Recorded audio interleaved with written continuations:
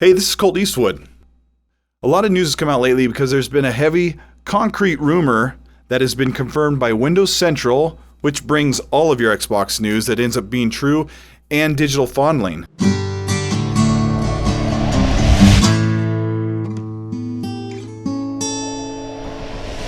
They are saying to expect a reveal of some sort for the Scorpio April 6th, which is this Thursday, for Microsoft's spring hardware event. Developers who've had the Scorpio dev kit say that it's a beast, and the catch to that is it's been running under 80% power. But the Scorpio is getting a boost mode of its own, like the PS4 Pro. There are 100 games confirmed for Xbox Scorpio that will be up to 4K.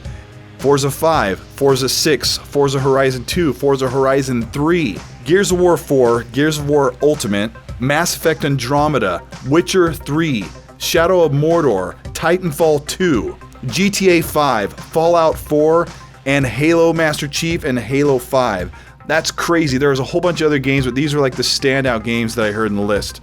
Some of the new games that are confirmed for the Xbox Scorpio to be running at native 4K are Forza 7, Star Wars Battlefront 2, Destiny 2, State of Decay 2, FIFA 18, Madden 18, Call of Duty World War II, Dirt 4, Crackdown 3, and Red Dead Redemption 2. So this puts to bed the whole thing that only first-party games will be 4K on the Scorpio. So everybody keeps asking me, why do I think that Xbox is going to reveal details about the Scorpio before E3? Well, Phil Spencer said that he wants to concentrate on games over the console for E3. He said to expect more and a wider variety of games for 2017, but I want to look back at what he promised last year and actually delivered. Microsoft gave us 5 games last year: Gears of War 4, Dead Rising 4, timed, Halo Wars 2, Forza Horizon 3, Quantum Break, and ReCore.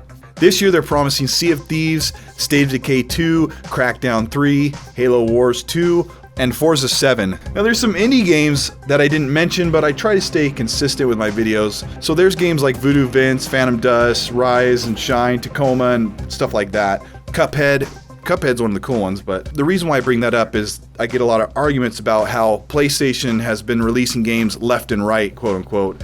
Here are the big AAA games coming for PS4 for 2017.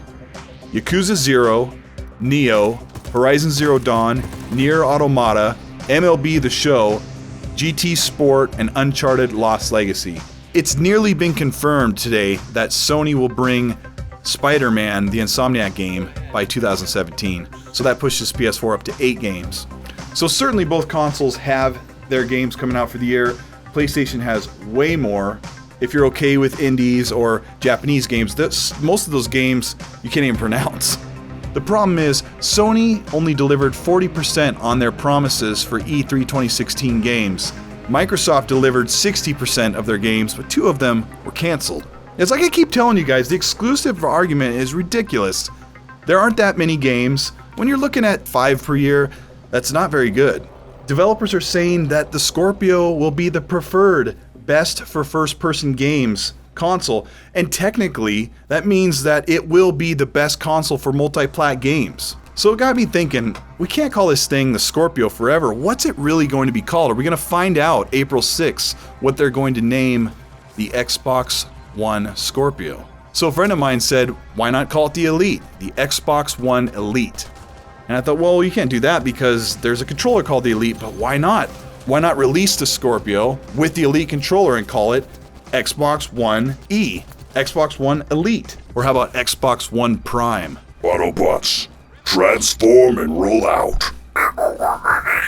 Or call it Xbox One Ultra, or Xbox One Delefante, or Xbox One Cordon Bleu, or Xbox One Commander-in-Chief Trump Edition, Xbox One Never Catching Up to PlayStation, or Xbox One Step Behind, Xbox One Extreme Edition. Put my money on Xbox One E, Xbox One Elite. That's a pretty good name. No, I think that's a pretty good idea. I think Xbox One E. Guys, put your votes in on that one.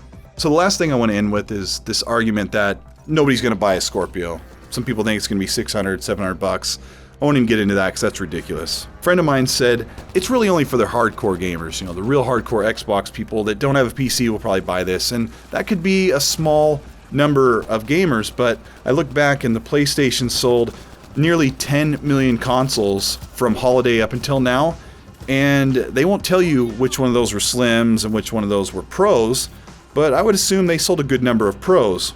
But he says the install base, people already have their console at this point. You know, we're 3 years in, and he makes a good point that Sony ponies, and you know, he's a Sony gamer, they're not going to bother to buy an Xbox One no matter what it is. But when you guys see games like Red Dead Redemption 2, Battlefront 2, GTA 5, Destiny 2, big games, like the big games, being analyzed by digital fondling at 4K, some of these games running 4K 60, what are you going to do? What do you have left to do but to say, my Pro is a half-baked console, Microsoft's got it this time.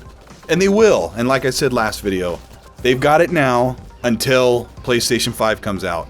And that could be in a year or two, but what are you going to do? It's not fun, is it, to sit and be the one with the weak console? But now it's time, and if Microsoft announces this new console on April 6th, it will not just be a wet dream of Xbox gamers that they're going to get a great console. It will be the real deal. It will be for real. It'll exist. And even though it may not be out until October or November, the Xbox will be there. It'll materialize, and Sony gamers are going to have to find a different argument, and they'll stick with the games. Sony has more games, but Xbox, they're sure trying. They really are. Maybe Phil Spencer he really only needs 2 or 3 games up his sleeve to announce at E3, and that's what he wants to do. He wants to show them there and release them soon. It's a totally different approach than what Sony does. Sony gamers like to look out 2, 3, 4 years down the road. God of War, Death Stranding, that's next year. That's 2018, right? Great games, but they're not close yet. Xbox gamers, they want their games now, and we've been waiting. We've all been waiting for our games, and this could be the moment. Let me know what you think of this in the comments, guys. I hope you're having a good one. Thanks for supporting my channel. I'm seeing really good feedback. I'm getting really good advice. Remember, like I said, Xbox One E. What do you think? Put the names down in the comment section. I'll see you soon.